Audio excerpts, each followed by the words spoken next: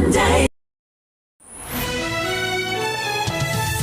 How you doing? It's 10:05. You're listening to BBC Radio Scotland with me, Connie McLaughlin. Thank you so much for your company this morning and for the past hour on the phone in. We were talking about Christmas shopping habits and asking you whether or not they changed a little bit over the past 12 months or so. This text in says, this year I wanted everything that I spent on gifts to benefit someone else as well.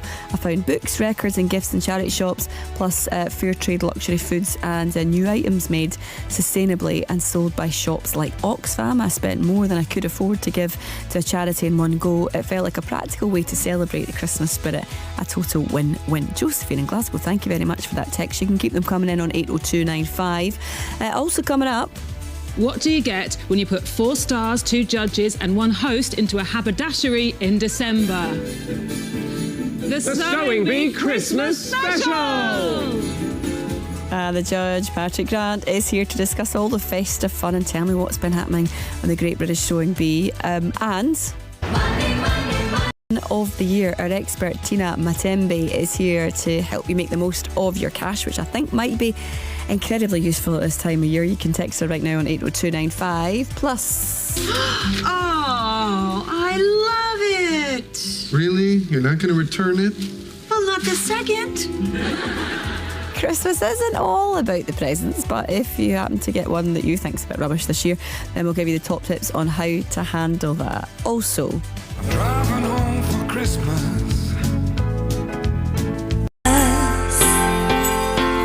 Oh, I can't wait to see those faces. Oh, I can't wait to see. whether you're driving, whether you're going by plane, boat, train, however you get there, Simon Calder's going to be with us to help you with all your travel arrangements and let you know how exactly things are looking on the roads, rail, etc, etc. So stick around for that if you can. Plus, what's that you got, Victor? Rolling black pudding. Yeah, have you got a black pudding in our head?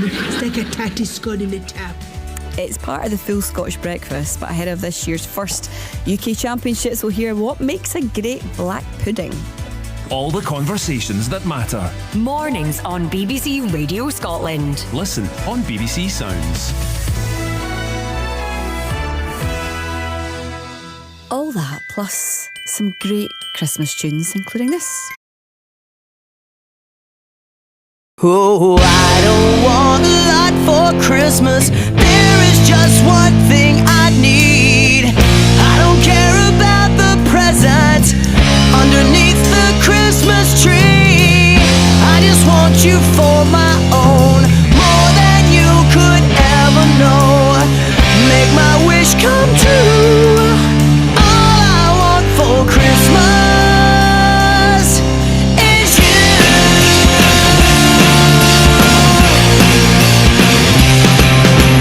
I don't want a lot for Christmas. There is just one thing I need. Don't care about the presents underneath the Christmas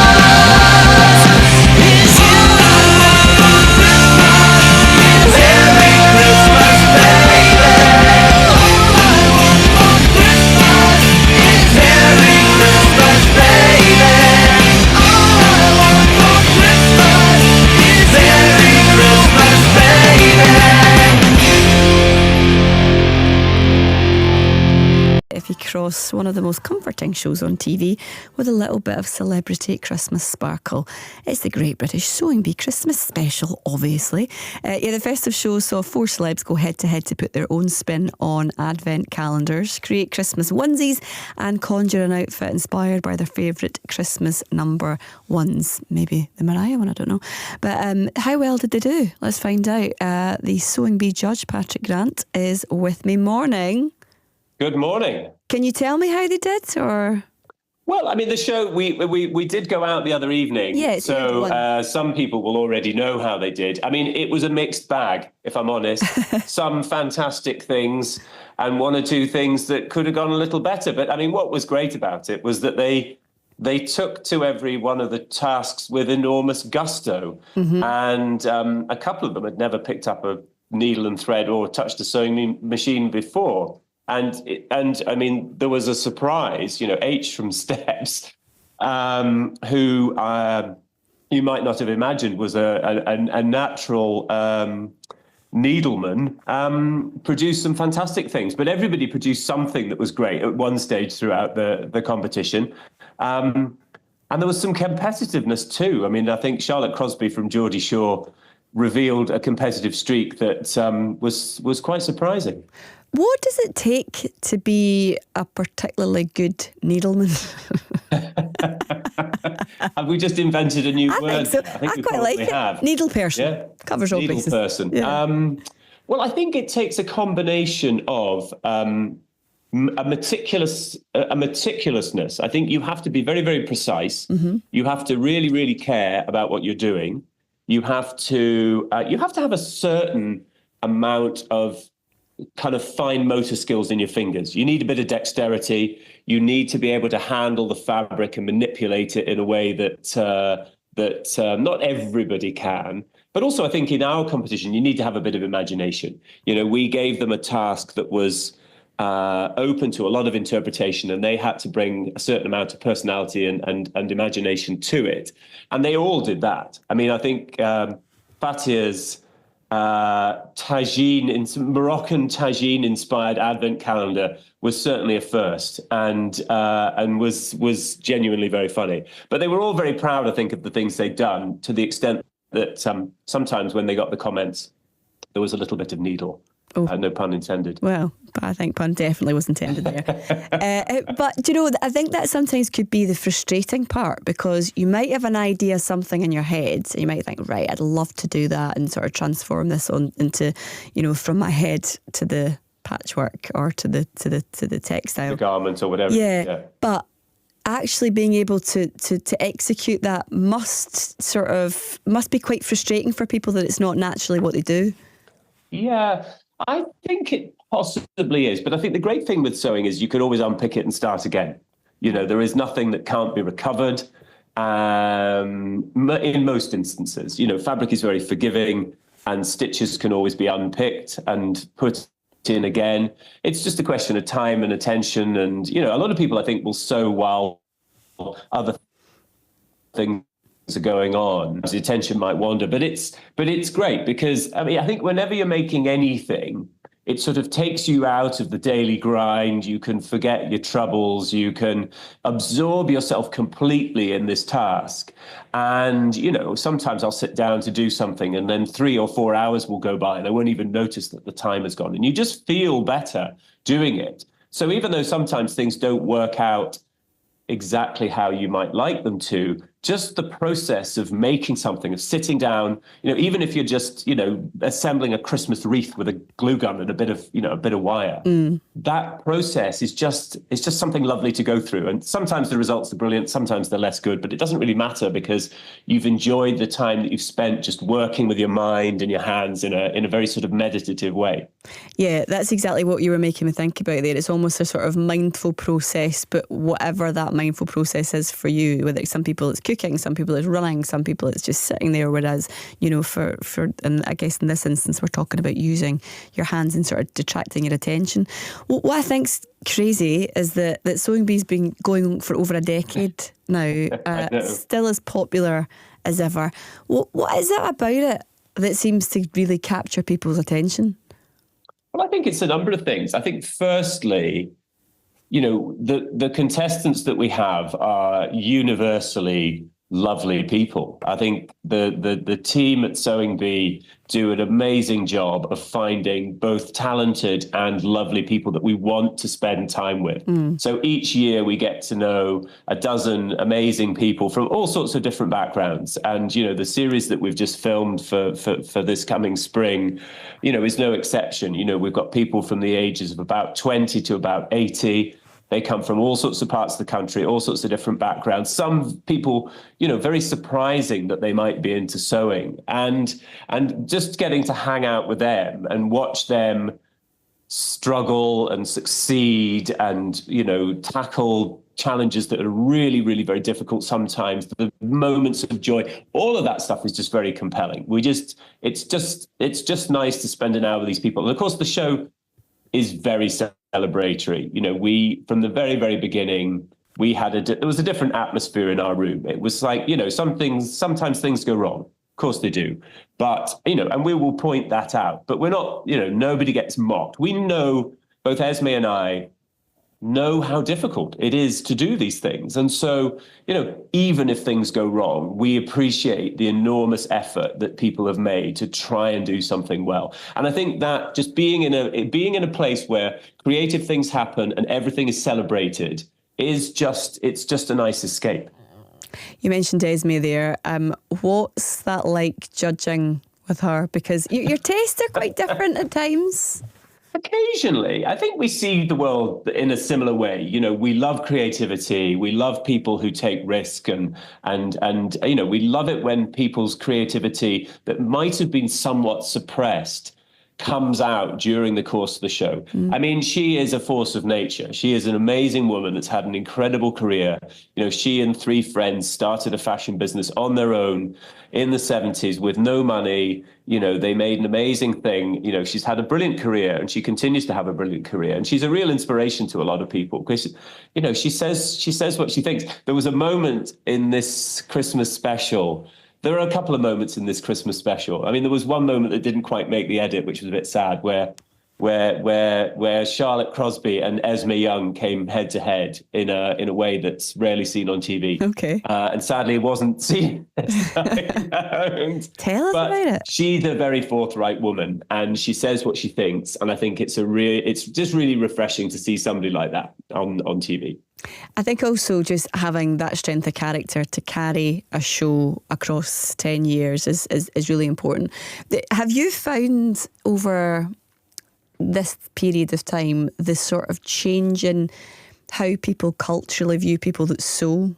Because it's almost sort of come out of the back rooms of people, and this idea of it being sort of grannies sitting on their chair. It's now become almost socially acceptable to say, oh, what are you doing? Yeah, I'm sewing, or I'm doing this. I think it's more than socially acceptable. I think it's become very cool. And I think it's become something that people who really care about others and care about the planet do. It's an act of kindness to the planet to repair things and bring things back to life. We are increasingly aware that the things that we do, the way we consume, has terrible effects both on people and the planet. And those people that sew, I think, are aware of that and make much better choices. And we're now starting to see repair cafes. We're starting to see companies making things. I work with a couple of companies that, are rescuing old festival tents and making very cool things out of them. The world has changed. We look at consumption differently, and we have to, I think those people that have the skills and the imagination to make things out of old things and to fix stuff, we've seen it with the Repair Shop. It's an enormously successful show. Yeah. It's the right thing to do. And I think we know it's the right thing to do. And there is a growing population. And, the Sewing Bee this year, I think the final 3 or 4, I think the average age was well under 30. And the demographic of the people who are sewing has changed. The reasons people sew have changed. This is no longer something people do, because it's an inexpensive way to buy clothes. You can buy terrible clothes for nothing. You can go anywhere on the high street and buy cheap stuff, but it comes with a very heavy cost. very heavy cost to the planet, very heavy cost to the people who make it, who get paid nothing. So people sow because they want to sow. People make things because it makes them feel good in the process, but it also makes them feel good that they're doing something positive for the world. And I think that's a really positive change that we've seen in the 10 years that the show's been on air. Just before I let you go, we obviously are on the 23rd of December, a couple of days to go. We were talking about it on our phone in earlier about this sort of change in perception of the Christmas period and spending being a little bit more, people are more conscious of it. And just trying to be a little bit sort of, spending and splurging less. Have you changed your behaviour a little bit this Christmas? Have you handmade anything for like gift wise, or have you sort of changed that? I've been quite different in my approach to Christmas for a few years now. About 3 years ago, I started a policy of basically just buying all of my Christmas presents from charity shops and really buying far fewer things. Yeah. I think it's better to buy somebody one wonderful thing that you bought with real thought and that you really know that they will love than to buy 10 things. Buy one great thing instead of 10.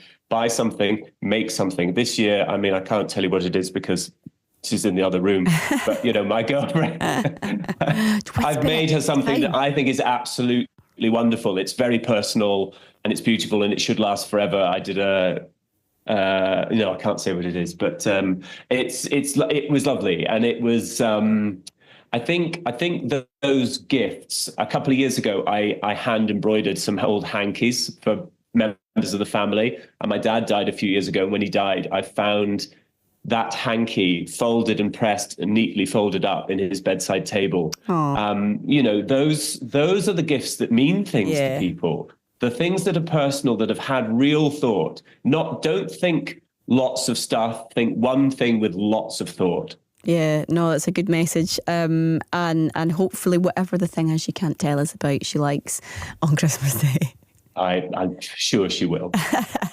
All the best with it. Listen, Merry Christmas and thanks for coming. Thank you. Merry Christmas to you too. Take care. Patrick Grant there from the Great British Sewing Bee. He's one of the judges. The special Christmas special went out on Thursday the 19th, but you can catch it again today on BBC One actually at 1:45. It's available also to watch on the BBC iPlayer. Right, it is 10:24.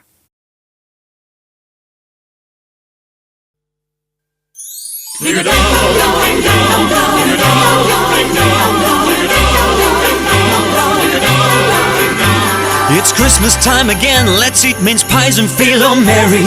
We love this time of year, cause it's all crackers, hats and sherry. Rachel's done the baking, got mince pies large and small. Just don't ask us what they taste like, because Chris will eat them all. The Chris Moyle Show. You're listening to Mornings on BBC Radio Scotland. It's Connie McLaughlin with you. Coming up before 11. Oh, I love it. Really? You're not going to return it? Well, not this second. We've been talking about underconsumption today, but as we've been hearing, it's not necessarily for everyone. But what should you do if you receive a present that you think is a little bit rubbish? We'll talk more about that later. And...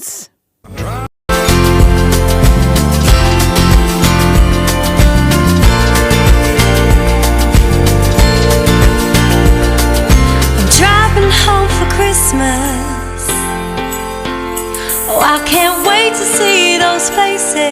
Yeah, if you're going by plane, train, or you're driving, Simon Calder's going to be here with everything that you need to know before you set off. Got something to say? Text 80295. Standard message rates apply. Mornings on BBC Radio Scotland. Let's keep the Christmas tunes going.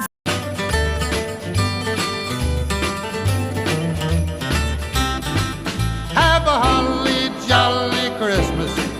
It's the best time of the year. I don't know if there'll be snow, but have a cup of cheer. Have a holly jolly Christmas.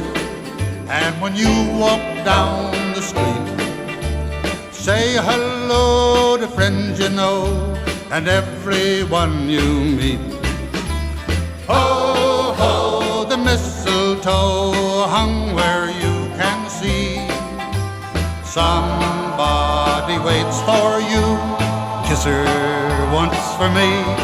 Have a holly jolly Christmas. And in case you didn't hear, oh, by golly, have a holly jolly Christmas this year. Have a holly jolly Christmas. It's the best time of the year.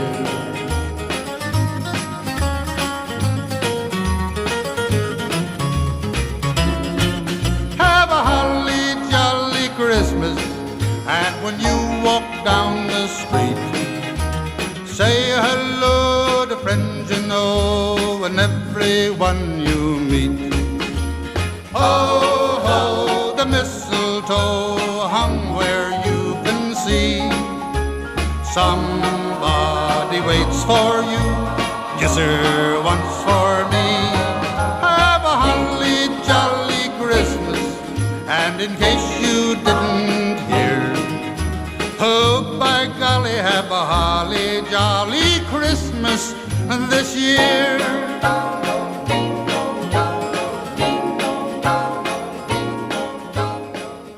December is that time where maybe a lot of us are thinking about our cash, how we use it wisely. Our savings surgery is back this morning. That might help you if you're lucky enough to have any left. Tina Matembe is with us, founder and CEO of Moneymatics and an all-round money expert. Is that how you pronounce your company, Tina? That's right. Yes, Moneymatics. Money and then Matix. Good. I wanted to make sure I got it right. How you doing? How are you organised? Are you sort of getting there for Christmas? How are you feeling? Yes, I'm getting there. I say that I never get there until the day after Christmas. So as there as I'll get. Yes, I very much feel you.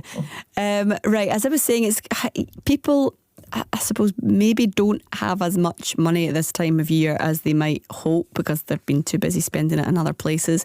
There's a lot to talk about, I suppose, when it comes to investments right now. 66% we're told of young investors take less than 24 hours to make investment decisions. Is that a good thing or a bad thing? Well, it's a double-edged sword, isn't it? It's the key question should be how informed you are when you're making the investment, I suppose. And there's more tools these days that help you make that decision quicker. A more important thing is understanding your risk appetite, understanding what type of person you are and your financials to make that decision. How long should you take to think about it? As long as you need to find out what's best for you. Many times we are jumping on a bandwagon, so to speak. You're investing because of something you've heard. You've not done your own in-depth research. If it takes you less than 24 hours to make a decision, that's fine. But just make sure it's an informed decision and it fits in with your overall goals.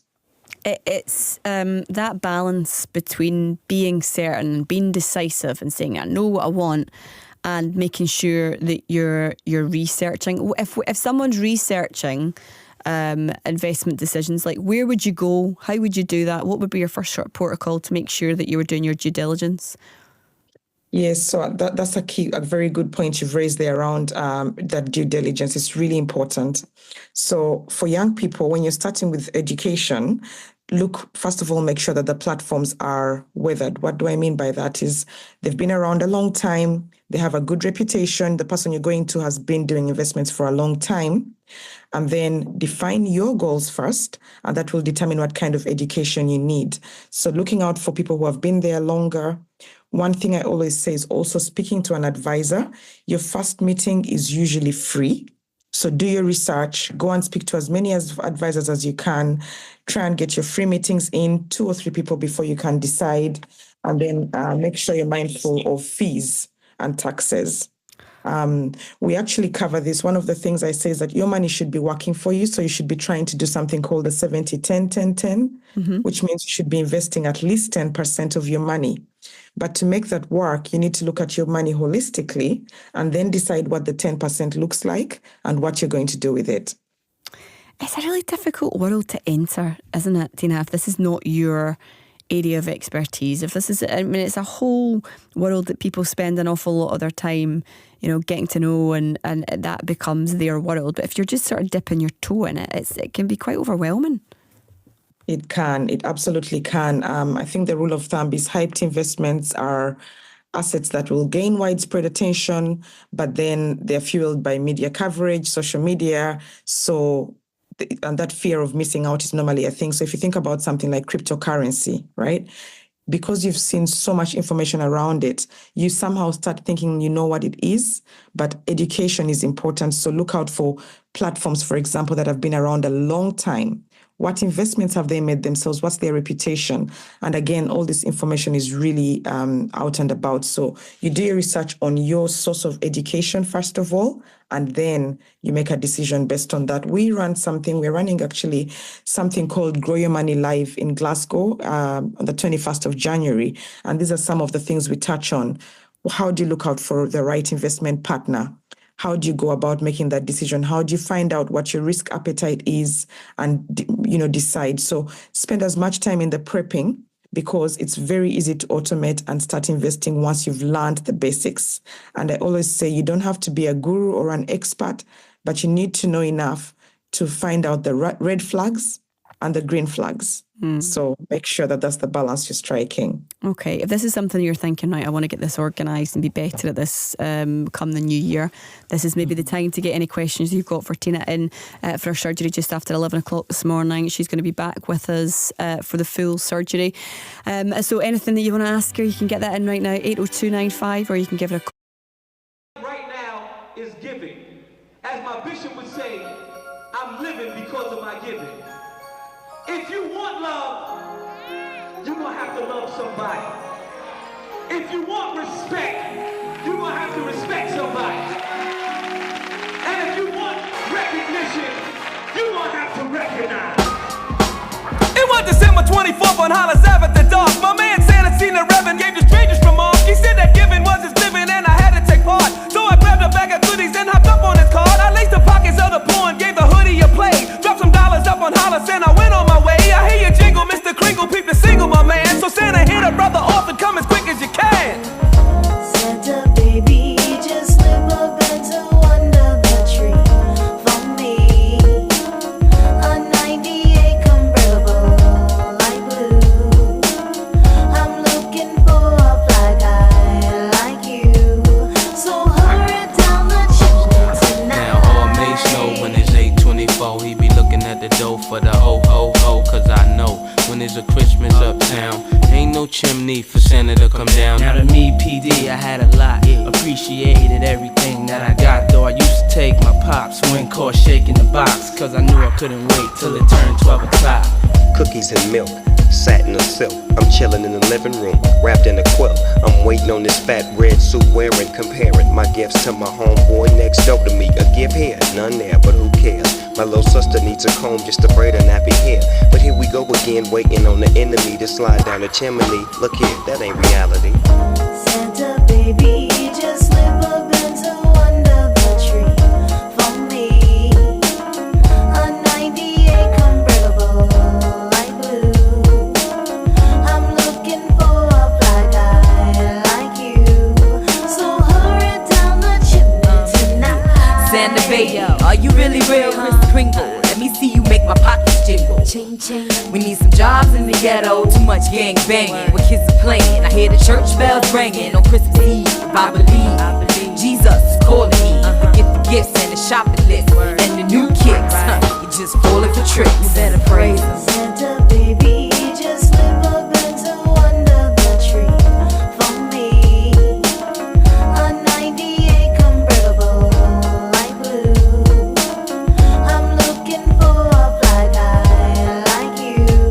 So hurry down the chimney tonight. The gritty, the grind, the low down, the shifty, yo sticky, yo. Christmas time in the city, late night, stars so bright, we getting right. With the 50 back, I say, Nicholas, start 50. It's the Grinch who stole Christmas, climbing at your chimney. Kids open their gifts, they all gon' be empty, just like mine was. I hate to say it, but if I wasn't a boy, I wouldn't have had nothing to play with. On December 25th, I knew I wasn't getting jacked. When I saw Santa Claus on the corner buying crack, I ran up on him with the gavel, asked him, yo, what's up with that? He said, the Grinch that stole Christmas, and I can't get it back. Back in the days, Christmas was deep. My mom put presents under the tree while I played sleep. And peep, how Santa Claus never gave me nothing. Seen him at Macy's, lying in front, so do some good to the ghetto. Mr. Chris Kringle, come and stand while kick it with God's angel. They can acknowledge my wisdom and understand. that Santa Claus is a black man. Word up! Santa baby, just slip a pencil under the tree for me. A 98 convertible, light blue. I'm looking for a fly guy like you. So hurry down the chimney tonight. Santa baby, just slip a pencil under the tree for me. 6 now, with Christmas only 2 days away, you're probably looking forward to finally opening your presents. I don't know, maybe are you? Well, maybe they're already there under the Christmas tree, teasing you, and as you try and figure out what you might be getting. But what do you do when come the big day you open your gifts and it's just a wee bit rubbish? How do you handle it? And how do you manage your reaction to receiving a gift that maybe you didn't want? Here to chat to me more about this is Susan Egglestaff, Herald journalist. Morning. Good morning. And also Camlin Kaur, psychotherapist. Morning. Morning. And Diana Mather, etiquette expert. Good morning, Diana. Hello. Okay, what is the etiquette, Diana? Let's start there. If you receive a gift, I've got a wee sneaking suspicion I might know what you might say. But if you receive a gift and you think, oh, that's a lovely bit of wrapping paper, and then you open it up and you think, oh, what should one do? Well, the thing is, I am actually surrounded by Christmas presents for my grandchildren on Waterloo Station, so I hope you can hear me okay, going home for Christmas. Lovely. And, so the thing is, you have a smile. And you keep that smile all the way through, because even if you don't like the present, they have spent time and spent money, or even if they haven't spent much time or much money, it's still they have got you something. So you can be grateful for that. So you say, thank you very much indeed. Don't say this is just what I've always wanted if it isn't. But that's so kind of you. Thank you very much. Keep the smile and go on to the next life better. In the past, if this has ever happened, I fear that I sometimes go over the top a little bit, and I'm like, oh my God, thank you so much. And you're trying to like not let it appear on your face that you're a bit like, oh, what's this? So where's the balance? Do not go over the top, because they'll think, oh, that's marvellous, she loved that, I'll get her something similar next year. And you just don't want to hurt anyone's feelings though, do you? Yeah, so you just thank you very much indeed, that's really nice, and quickly go on to the next one. And you can diffuse a bit more about that if it's something you really like. Susan, how do you deal with it if that ever happens to you, or has it happened? Well, I mean, first of all, I consider almost all presents bad presents. You'll be hard pushed to find someone who's less into presents than I am. So I consider most presents rubbish presents, because I'm one of those people that's like, don't get me anything, but I actually mean don't get me anything. Right. So literally every Christmas, me and my husband have the same conversation, and I'll go, don't get me anything, and he'll get me something, and I'll open it. And tell you what, I would not pass the etiquette test, because straight away I'm like, I told you not to get me anything. What is this rubbish? I don't need more stuff. So I think I'm quite far from passing the etiquette test. Have you ever had one that you liked?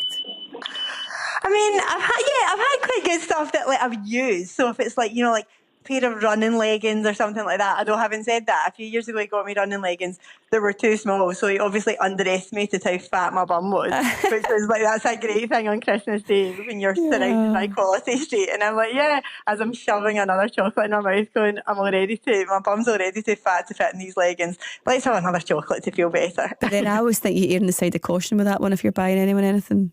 You know, by the massive. It's like, yeah, I would go the size like up or like size down rather, and be like, yeah, I don't know, it's a really hard thing, that one. Camlin, where do you sit on this? Are you do you find it easy to sort of, you know, be nice and empathetic if someone's went to the effort of getting you something and you don't want to hurt their feelings? Yeah, I actually do, because I think you need to focus on the intent behind their actions, not the actual item. So even if the gift isn't ideal, I think it's really important just to show appreciation for the thought that's gone behind it, and the fact that somebody's actually gone out of their way to go and get you something. And if you don't want to keep it, that's fine. You can always re-gift it and pass it on to someone else if you really must have to get rid of it. But I just think in that moment, you just don't know what your reaction is going to do or how it's going to hurt someone's feelings. But what if, Camlin, right, you open it up and you think they've not even bothered, that's some nonsense that they just grabbed last minute, and it's actually not about the thing that's bothered you, it's more about the fact that they haven't bothered about you. But then see if it bothers you that much, I think bring it up later on, maybe like after a couple of days, or if it comes up in conversation, or if the person says, did you ever use that thing? You can actually politely say, well, no, actually I never got use out of it because that's not the kind of thing I would use or I need. But I think in that moment, especially because in a lot of gift opening takes place in a family setting, you know, when there's other people around, I just think it creates a lot of unnecessary tension and a lot of unnecessary stress in that moment, because then that reaction, it lingers in the air. So I think in that moment, the best thing to do is probably just zip it for the time being. And then if it's really bothering you that much and it's really hurt your feelings or offended you personally that much, bring it up as a conversation on a later day. Diana, would you do that?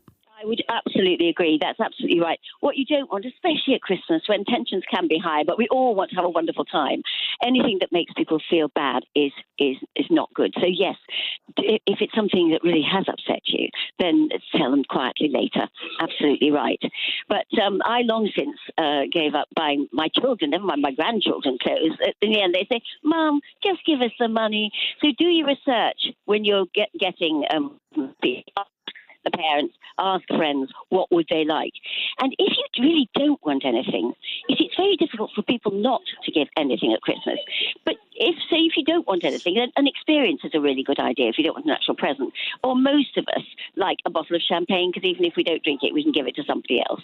So I think it's not good to say, I don't want anything, because the giver feels sad then. And we have to think about the giver as well as the receiver. Susan, what if it's like your wider family? Your husband's a different kettle of fish, right? But if it's or a friend or someone who's a bit sort of more out of your inner circle, if they got you something and you don't want to make it awkward, or what would you say? What would sort of be the general way that you'd deal with that? I mean, I would like to think I would be like really polite, but I don't have much of a game face. So like I would try, like the words coming out of my mouth would be polite, but the expression on my face would not match the politeness of what I'm saying. I've got no like acting abilities at all. So I mean, I totally agree that if someone's going to go into the effort of buying you something that's really nice, and I'm all for buying kids presents, you know, for like the magic of Santa and everything, but I feel like the adults need to buy other adults presents. I don't think there's enough stuff in the world without adding to it. So I think all this is just proving my point, Connie. Don't buy each other presents and then you don't get that awkward situation. Oh, too late for that. Too late. People are saying, oh damn, I wish I'd known this beforehand. Cameron, just back to that idea about, I guess, what happens, the family time and the dynamic of different people coming together, and that the danger of that sometimes spilling over into, you know, family issues coming in, and, you know, that sort of been brought to the Christmas dinner table. What would your advice be to people who are maybe going into situations where it's not all rosy in everyone's family, and they're a bit concerned or a bit worried about what the next couple of days might bring for them? Yeah, I think Christmas, although there's a lot of pressure there to having a really nice time, I think it could be a triggering time for a lot of people, because you're in a situation where you're maybe around family members where there's unresolved emotions, unresolved family situations, unresolved traumas. So I think in that space, it's really important to be able to know what your own personal boundaries are. Do not answer intrusive questions. If you don't want to answer them, you can politely say, oh, that's a conversation for another day, or I just want to focus on what we're doing right now. I want to have a really good time. I will bring that topic up later. So I think it's really important to give yourself permission to say no to the things that you don't want to answer. And if somebody is going to trigger you, maybe minimize your contact with them, and also give yourself permission to take yourself away from that space if you need to. Go out, get fresh air for 5 minutes, go for a walk, go into a different part of the house, breathe it out, and then come back to the family setting. Diana, would you add to that? Yes, I would. I think for grandparents who don't necessarily see their grandchildren, especially when they get to teenagers that often, don't ask questions like, how's your love life? Or how are you feeling? Or what do you want to do when you leave school? Because half of them don't know, and you'll only get a grunt, so especially from boys. But I think the thing then is to ask questions. You know, what have you been doing? What are you going to do for the holidays? How is the sport going? Things like that. And get them to talk and listen. We don't listen enough. I always have the 3 L's. Look, listen, learn. Look in the eyes, look at the body language, listen carefully, learn from what you've seen and heard, and then ask questions. And that pushes the conversation along, hopefully, in a smooth road rather than a rocky one. Yeah, that's always the concern, isn't it? That's when you get these sort of random, awkward questions that you just want to sort of wrap up and put under the tree and hope they stay there. Listen, all of you, have a great Christmas. Thank you for coming on. Oh, thank you. And you. Merry Take Christmas, care. Connie. Merry Christmas. Susan Egglestaff there, Herald journalist, Cameron Core, psychotherapist, and Diana Mather, etiquette expert. Right, it is 11:15.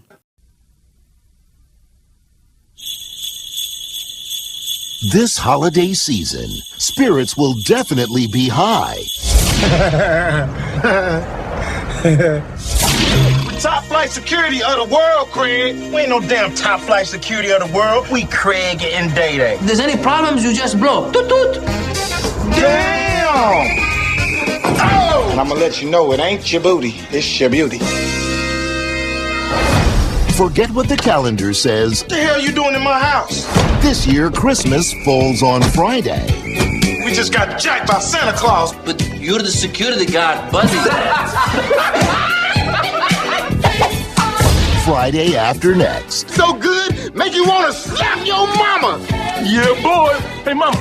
What do you want, Willie?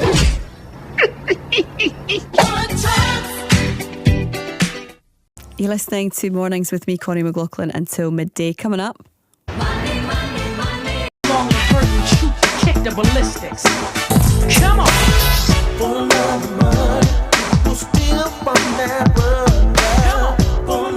We're running our last saving surgery of the year today. Our expert Tina Matembe is here to help you make the most of your cash. That might be quite useful at this time of year.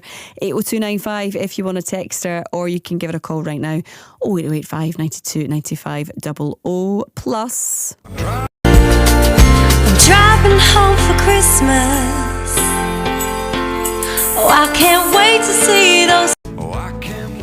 Whether you're travelling by plane, train or automobile, we have got you covered. So make sure all the travel news that you need wherever you're going across the country, that you're sorted, because Simon Calder will be here. I think of someone I haven't seen for years, and I thought the memories were washed away by my tears, but I ran across some old love letters. I should have burned them long ago, 'cause they remind me of lips so warm and a heart as cold as a winter snow. Winter snow, winter snow. The first time I saw her, she was standing in the rain, and so little did I know that her love would bring me pain. Now I wonder who she's holding. I wonder, does the innocent fool really know that it's gonna take much more than true love to melt away all that winter snow. Winter snow, winter snow. A heart is cold as winter snow.